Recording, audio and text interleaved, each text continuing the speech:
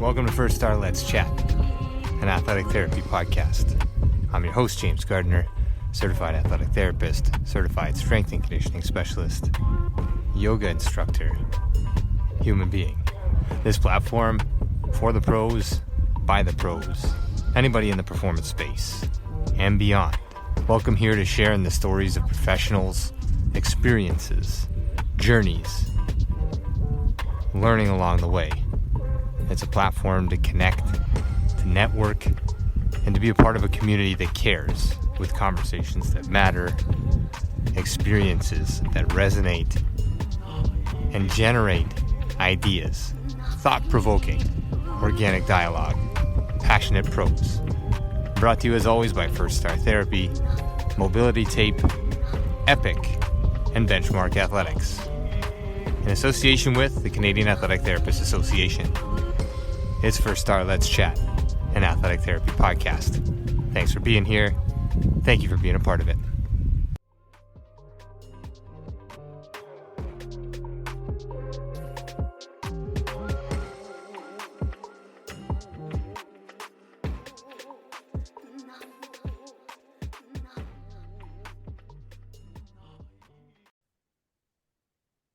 All right, we are back on air. This is Let's Chat, an athletic therapy podcast, the official podcast of WFATT, and this is our fourth session in our series of 5, the 2023 Impact Award winners from WFATT. Today, celebrating Kerri Downer at Mount Royal University, joined by her nominator, Mark Lafave, who's also out there at Mount Royal University. So before we get to that, congratulations, Kerri, Mark, for doing the work to get this nomination established. And again, congratulations on the award. I look forward to sharing this and hearing your story and what you're doing, and so does our audience.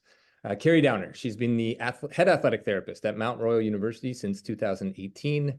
She's worked with football, hockey, rugby, basketball, volleyball, soccer, and field hockey teams at various universities in both Ontario and Alberta since the early 2000s. She also works part-time as a clinical assistant at the Benson Concussion Institute, located at the Markin MacPhail Centre at Winsport. Her nominator, Mark Lafave, he is the program coordinator in athletic therapy at Mount Royal University and an integral part of building that program, the clinic, and supporting this profession, as Kerri has as well. But looking forward to jumping into this story. Kerri, let's start with you. Congratulations on the award. Maybe just start with what this award means to you, what it means through your lens, and then Mark will jump over to the nomination, where it came from, and your relationship as we get going. Sure. Well, thank you, first of all. Definitely an unexpected nomination and obviously win on my side of things. I think obviously working in this profession, we never really do anything for accolades, and we're usually the last person to kind of toot our own horn, for lack of a better phrase. So definitely very humbling when Mark let me know that he had nominated me for this award. And probably even more so humbling when I was notified that I had actually won it. So, I've looked up to Mark since I've started in the profession, 23 years ago now. So yeah, just the fact that, Mark, with his experience and dedication to the profession, recognized or noticed something that I had done, and felt a need or a want to put my name forward for an award like this is definitely humbling, for sure. Yeah, and already capturing sort of one of the characteristics that we find in this profession of humility within this, and as we talked about kind of off air before this, patting ourselves on the back and tooting our horn as to what we do and how we do things as a profession here in Canada. Athletic therapy, athletic training, sort of globally interchangeable, I guess. But Mark, over to you in terms of the nomination, where it came from, and again, thank you both for your time, for being here and for sharing this. Our audience is always grateful, and so am I, humbled to be here and joined by you. But Mark, over to you for the nomination. Yeah, absolutely. Let me just feed off of a little piece of what Kerri just said, and I'll go into more detail. But she said he recognized something I did, like she did one thing. This award is much broader than one thing. I've known Kerri for a long time. I've known her really intimately since she came to Calgary and started working at the University of Calgary, and she was an assistant there, working with Bonnie and her team. And the moment that we had an opportunity to hire her at Mount Royal, I jumped all over it. I mean, I technically didn't do the hiring. I mean, I was on the committee, but they welcomed me onto the committee, and we were just so pleased to be able to bring her on board. I've seen Kerri evolve considerably over the years, and what impresses me the most about her is her commitment to leadership, or commitment to improving. In a different life, Kerri was probably a drill sergeant with the military somewhere, I would think. Yep. Yeah, fairly accurate. So, think about that drill sergeant that has, they make their bed really tightly and they walk in a straight line, and so that's her MO. But I've watched her evolve and really tap into those qualities. And I've just seen her become and blossom as such a fantastic leader, being the head therapist. And as you would imagine, being a head therapist for any varsity team is a tremendous amount of responsibility. You probably have staff that are working underneath you or with you. And in our particular case, we tap into our clinical educators that are also head athletic therapists all over Calgary. And Kerri's been part of that team, first at U of C as an assistant, but then following up again at Mount Royal. And I guess I really got to see her firsthand and very closely when she became the head therapist. And it's not one thing that Kerri does. It's all the little things that up to be big, massive things. To be a leader to young professionals that are trying to become athletic therapists. It's that everyday interaction that she has with students that she makes a difference in a person's life every single day, whether it be, a second, third, or fourth year athletic therapy student. And so, it's the accumulation of those things. And it's just such a hidden thing. You don't see it. What you see are the results. You see students that come out of the back end. They are much better therapists because they've been impacted by Kerri's leadership. So yeah, I nominated her for all the little things of being such a phenomenal leader.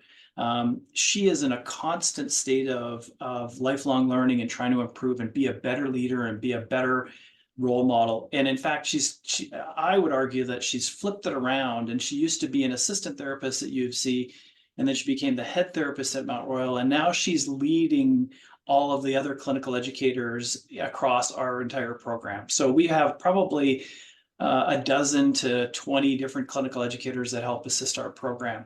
So she's also impacting all of them with the systems and the models, and she's just very humble about it all, but and subtle and gentle in her approach, and she's just helped a ton of people. So again, her leadership is amazing. I think, the international community could learn a lot from Kerri in terms of her skills and abilities, and just her commitment to making the profession better, like one little tiny person and interaction and at a time. So I'm so happy that first of all, I'm happy that I nominated her. I'm glad that she accepted me nominating her. She was a little reluctant, I have to say, but and then she was very grateful, and then she won the award, which I think is totally deserving. So pleased for her, and excited to talk about it today.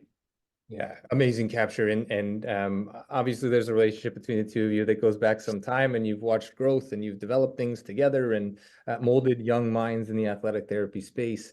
Kerri, to you, in terms of leadership, has this sort of come naturally to you? Have you sort of, I don't know, have you leveraged leadership as something that you've worked on, or is this sort of, through the channels and working with Mark and all the different roles that you've had, this has sort of come as a natural progression for you in developing as a therapist, as a person, and as a leader? Definitely not natural, I wouldn't say. I've never really seen myself as a leader. And it was an area that was identified when I was at U of C in the assistant therapy role. As we all know, we all go through, educational institutions, and everything's technical, learn the technical skills, get better at, everything kind of technical related, and we don't really learn a whole lot about the soft skills side of things, which is probably 90% of what we do as athletic therapists. So I specifically looked into a continuing education certificate. It's called the Certificate for Emerging Leaders, to specifically develop that side.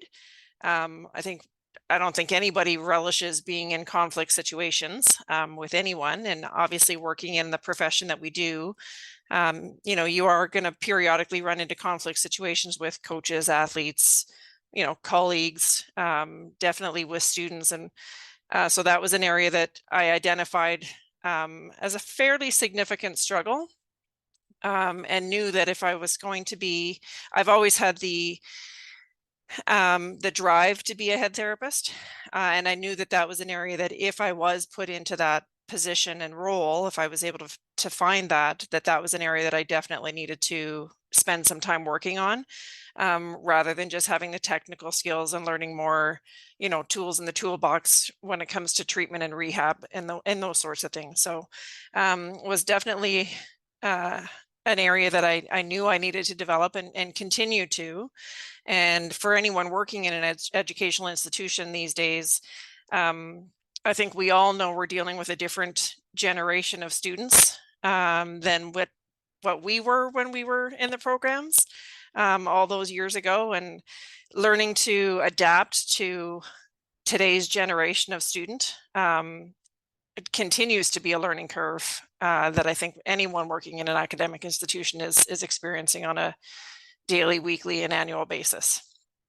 Yeah, and being one of 9 athletic therapy institutions in a fairly big country geographically, maybe you guys could capture together or independently, however you want to go about it, what Mount Royal does maybe differently, or what you're proud of within that program and drive. Obviously having leadership and qualities that capture the soft skills, right? We talk about this on a regular basis when we have guests on this, and I think it's an easy talking point as well, is are we moving towards maybe supporting those softer skills in the educational program, in that you've identified it in leadership, in that you've identified conflict and communication. Like, these are things that are life skills, but built in sort of obviously into the athletic therapy space. So I guess that's a long-winded question, but what are you doing, I guess, at Mount Royal that makes the program special, that keeps you going? And are we building sort of some of these soft skills into the I guess the up and coming workforce within the profession?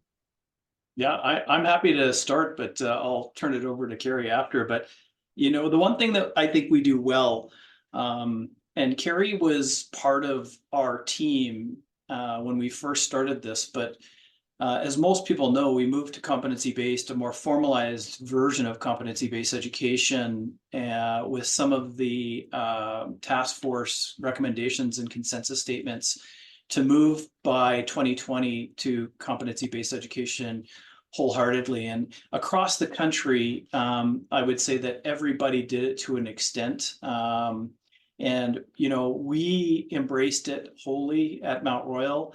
It is this confluence of soft and hard skills, and the threading of both of those things together. And that's what makes true competence. And so Kerri, right from the get-go, embraced all of it. She, was informed about what we were trying to accomplish as a program. She was keen on learning about it, and saying, like, what do I do? What role do I play in the development of students?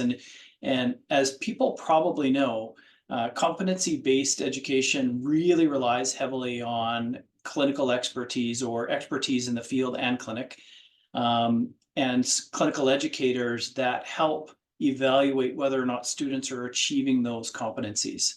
We used to rely heavily on practical performance-based exams that are usually mock and not authentic. Whereas Kerri was at the other end, the authentic end of assessment, where she's evaluating people in the real life. And I think that we do that in a relatively unique way. And I think it's coming along across Canada. But we couldn't have done it without people like Kerri, who really, again, said, like, what am I going to do to help contribute to this and develop the next generation and make them competent? So from my perspective, again, it's a real critical partnership with the clinical educators. And again, Kerri is probably one of our leaders of all clinical educators. She's leading the way for everybody. So that's my perspective. Kerri? Yeah, no, I think I've always, I don't know if struggled is the word, but the fact, so I don't have, I have my undergrad degree, I have my athletic therapy certificate from Sheridan, and I've never gone on to further education. So I don't have a master's or PhD, and that's never kind of been in my realm of things that I've wanted to do. But I've always felt the importance of, and I remember being a student going, okay, so we learn all these things, but in reality, how does that all come to play? So I think I've taken a keen interest on having and allowing students to translate the theory into reality. Because again, as we all know, having gone through programs ourselves, you almost never see a textbook presentation of anything. Whether it's in the field, an injury never goes down the way it's, laid out to present in textbooks. And in a clinical setting, we all know, I don't even know if I can count on one hand in 23 years, clinical presentations that were verbatim from a textbook. So it's allowing students to make the transition and translate the knowledge that they're learning in class into reality. And I think the bigger part in the kind of the second half of my career, I would say, is allowing students the ability to make mistakes. That was something that for me as a student, and even as a young professional coming out, I was terrified of doing, quote unquote, something wrong, or again, in quotes, missing something. So I think where I've noticed is, and again, I still see it day to day, students are terrified of saying the wrong thing, getting the wrong test result on their special tests or whatever it happens to be. So I stress with myself and my two assistants that work with me as clinical educators is allowing the students and making it known that it's okay for them to make a mistake, because I still make mistakes after 23 years of working in the profession. So I think the bigger piece that I've taken away from as I've been working in the profession is just giving everyone that ability to be real, and knowing that perfection isn't required to become a good therapist. And in fact, I found in the cases where if I don't know the answer, now I don't have any issues or concerns telling my patients I don't know the answer, but giving them the avenues that I think could possibly help them find the answers. So I think that's a big piece, again, that as you're a student in school, or maybe it was just my interpretation of it, I felt that I had to know the answers for everything, for everybody, all the time. And that if I was sending them somewhere else, I initially, as a young professional, saw that as a failure. Whereas now I actually see that more as a positive, that I'm willing to admit my limitations, but continue to help people find the answers. So yeah. Can I just build off of that? Because there's some really good, rich stuff in there that from my perspective, what she's referencing is really what I talked about in terms of the interaction she has one-on-one with people. And so excuse I'm going to go into theory a little bit, but last year we did a PD session around feedback theory for all of our clinical educators. And Kerri emulates this. And so one of the underlying principles in a method that I particularly like, the Pendleton method of feedback, is they advocate for creating an educational alliance and with a student one-on-one first. You have to know the person individually on an individual basis before you can ever enter into that contractual agreement around giving feedback to somebody. And so Kerri just referenced all of that. She is totally engrossed in the one-on-one and improving people and getting to know who they are. Like, she knows every single student, and she knows what they're doing for breakfast, if they're taking enough time to walk their dog, and she puts that she values that so highly, and then she gains the respect of the people and the students because of it. So yeah, I again, she just emulates all of the things that you want to be able to see from a leader, and it starts from the ground up and she just builds from there. So yeah, so some amazing captures. And I think even just backing up, Kerri, as you were describing your education, not having a master's or a PhD, but I mean, there's so much to be gained in the experience of being a therapist for 23 years, right? That is, yes, no, maybe not the formal education, but the value of reality, as you put it, in the space. This is where growth happens. And you talk to the life journey, right? Not just the student journey in athletic therapy, but this idea that if we can get away from perfection being the goal and growth being the actual reality, human experience it's enhanced through making mistakes. That's how we learn. If we were perfect, everybody would do their own thing and there would be no interaction. So these mistakes and these feedback that you talk about with students, analogous with the practitioner-patient relationship as well. If I don't know my patient or my patient doesn't know me, this is going to, or athlete, or interject whatever language you want to use, but the care is not going to be a positive outcome. So the experience for the student is no longer going to be positive if they're not connected to their leader in this case, or their instructor. So brilliant capture. And I'm sure, speaking on behalf of the students that I don't know at Mount Royal, or those that have been through the program, you wouldn't be there for the number of years that you've been there if that wasn't a constant and consistent theme, I'm sure. I guess let's backtrack a little bit for our listeners that are international. You're both in Canada, you're in Alberta. How does this program work? How's this program set up? Are they all Canadian students? Do you have any international reach with any of the research you're doing or the studies that you're doing or planning? That kind of thing. Just for our WFAT listeners, I guess just situate us as to where you are and how that works on your side. Yeah, we don't have a ton of international students. There are two ways to get into our program. We have an undergraduate degree. It's in the Bachelor of Health and Physical Education with a major in athletic therapy. So we get about 70% of our students come from Alberta, straight from high school. Lots of them come in not necessarily knowing about athletic therapy. They took sport medicine in high school. It's a very common thing in Alberta in the curriculum. It's just an option that they can take within their curriculum. And so they think, oh, that might be nice. So sometimes those things work out well, and sometimes they don't.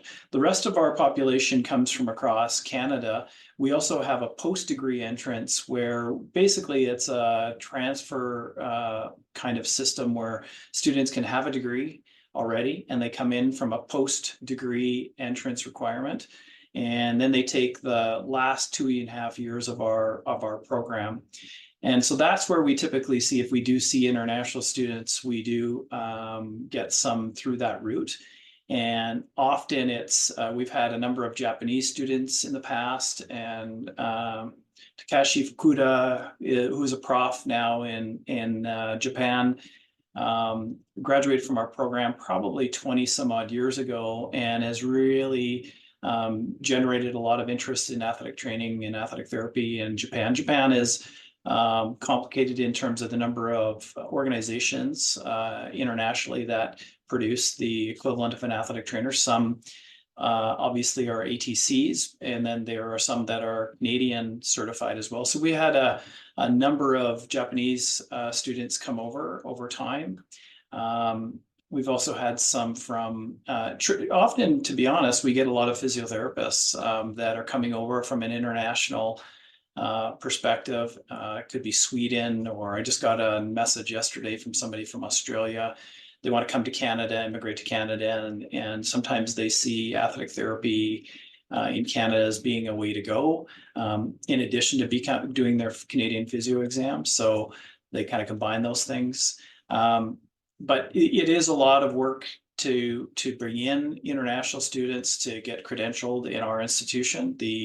We have to do a lot of analysis around transfer credit, and that transfer credit can become a bit challenging, especially, if you have a Japanese student, as an example, everything that they've taken in their undergrad degree isn't Japanese, so it has to be translated, and then we have to look at it, and then we have to really bridge them to the Canadian culture and system and expectations and standards. And so it's a bit more of a challenge for international students to come here. So.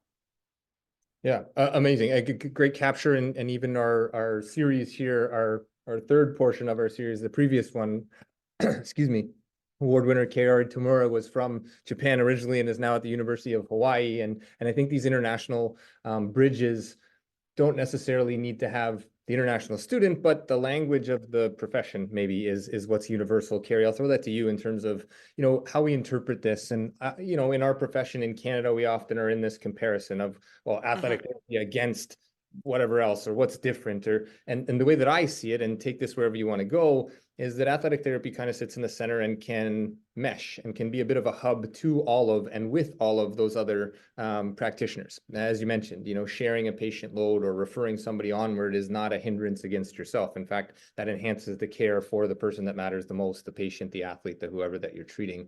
As an international profession, I guess, where do you see, or how do you see athletic therapy? Well, I'll just backtrack a little bit. I can't remember, Mark, it may have been a year that you were on sabbatical, but back in, I believe it was 2007, we actually had an exchange with DCU students coming over from Ireland. And their current president, Siobhan, was actually one of those students. So interesting. I think they were at the time just, trying to get up and running over there. So interesting little piece I'd throw in there to give it a shout out to Siobhan.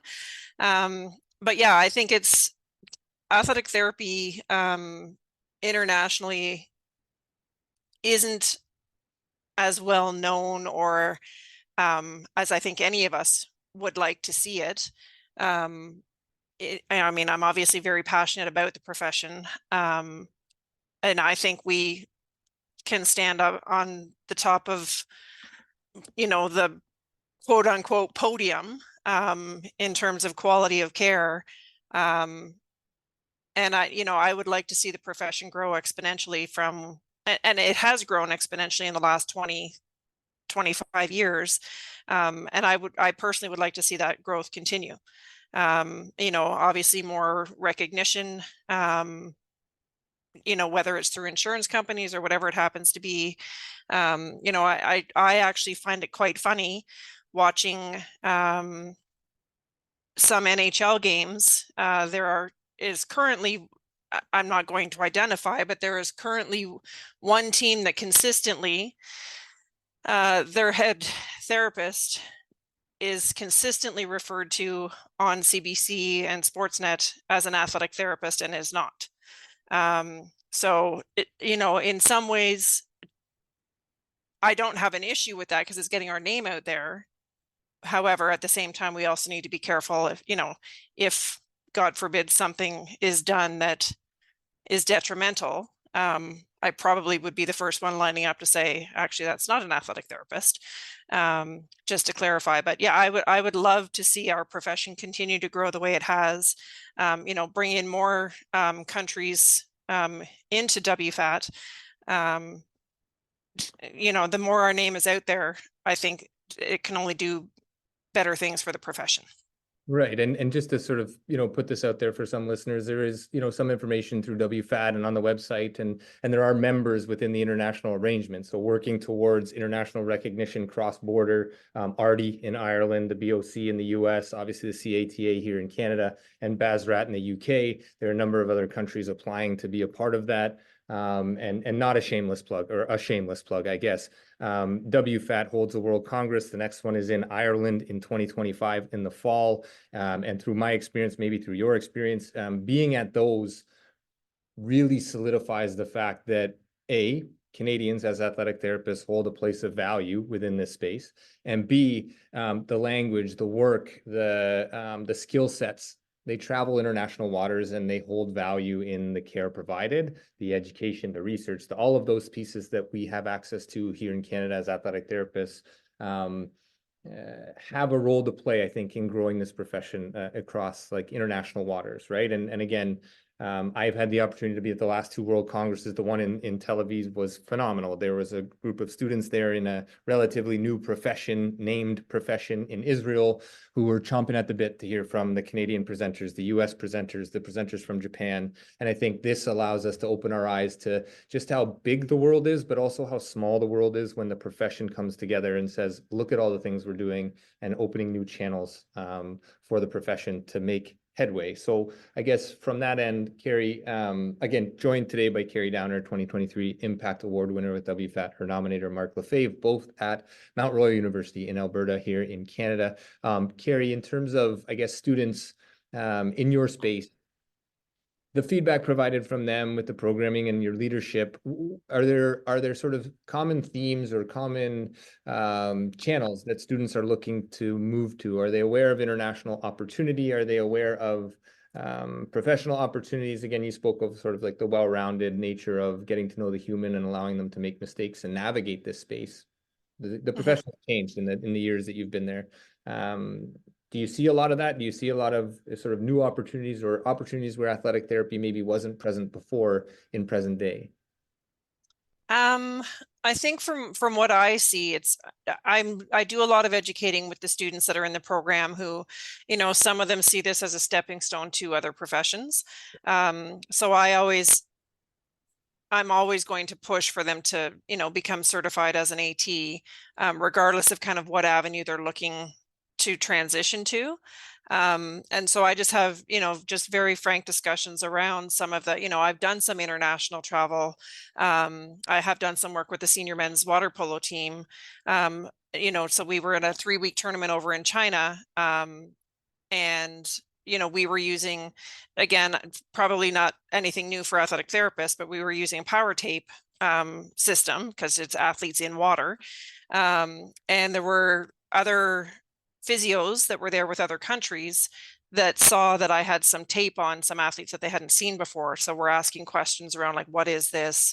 Where do I find it? How do I get it? So I always just, I let students know that there is opportunity as an athletic therapist, even when you're working internationally, there are things that we know that I think we just kind of take for granted that everybody knows what it is. So, just always be looking for those learning opportunities to educate somebody on something that, again, we see as second nature. I was actually quite surprised that I seemed to be one of the only people there that knew what this type of tape was and how beneficial it could be for athletes that participate in water. So those are the little pieces that I kind of have conversations around. I haven't, off the top of my head, I don't recall too many students looking to go international, but I would certainly, let them know. Again, as a past president as well of the CATA, I do have some of those connections. So, and I am more than willing. We did have one student who graduated back when I was at UFC, he's still actually working in the professional soccer world, who I had put in touch with an AT from Spain that I had met through WFATT at an NATA conference. So those connections are there, and certainly willing to, help any student who has interest in going international in those avenues, to help them get and achieve the goal that they have. Yeah, and providing those opportunities, obviously here in Canada, to understand what the profession is, I think is obviously the foundational piece.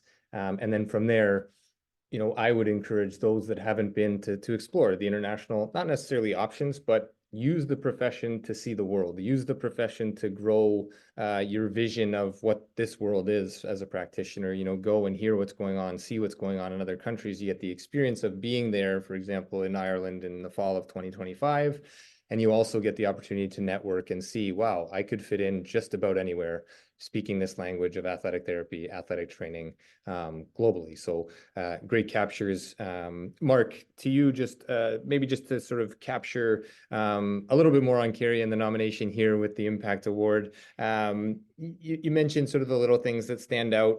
You mentioned her growth, obviously, the feedback opportunity with the students, the opportunity for you to sort of, navigate the program there at Mount Royal, navigate it through the lens of the students.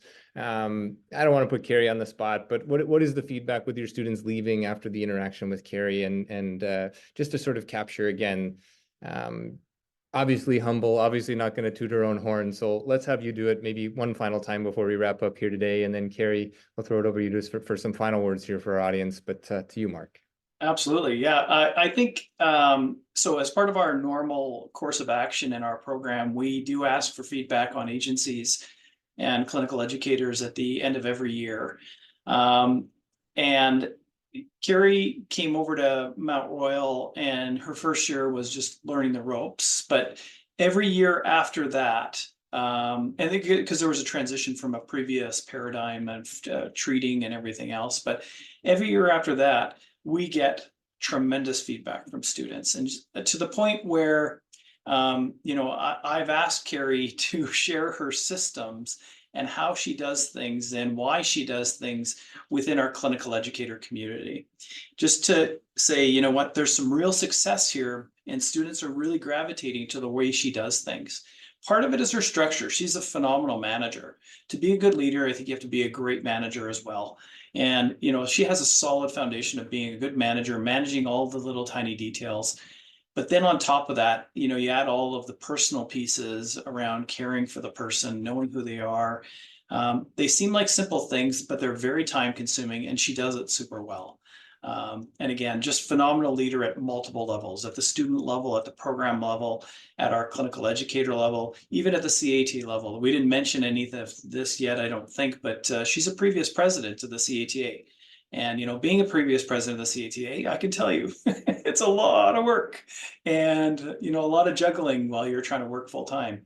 And so she's done it across multiple areas, and so deserving of the award for sure.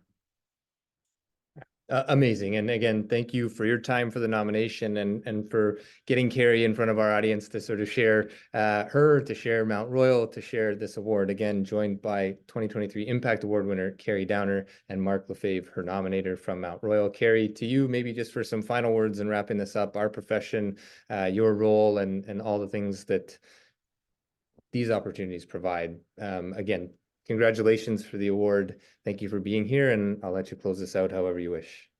Yeah, thank you again. I'm kind of at a loss for words again as to, what to say to truly get across how humbled and appreciative I am of having been awarded this award. I do look forward to looking into whether Dublin, from a timeline perspective, obviously working in an academic institution, October is, prime season for all of our varsity athletics teams here. But certainly looking forward to potentially meeting, the other inaugural winners of this year's awards, and, seeing who's coming up next. I think I've said I see it as a limitless potential for growth for our profession, and I look forward to seeing where we go. Amazing. And I think you just gave me an idea moving forward. So maybe we'll get all the award winners on here together. We can meet virtually and hopefully tie that into something in person as well. But for all the work you're doing, for all the work that you have done, thank you very much on behalf of the profession, on behalf of our audience, on behalf of myself as the host. This is Let's Chat, an athletic therapy podcast, the official podcast of WFATT. Today's guests, our award winner, Kerri Downer, Nominator Mark Lafave, both at Mount Royal University. Check them out. Check out the program. Reach out. We can connect you. Thank you so much for listening. Thank you so much for being here.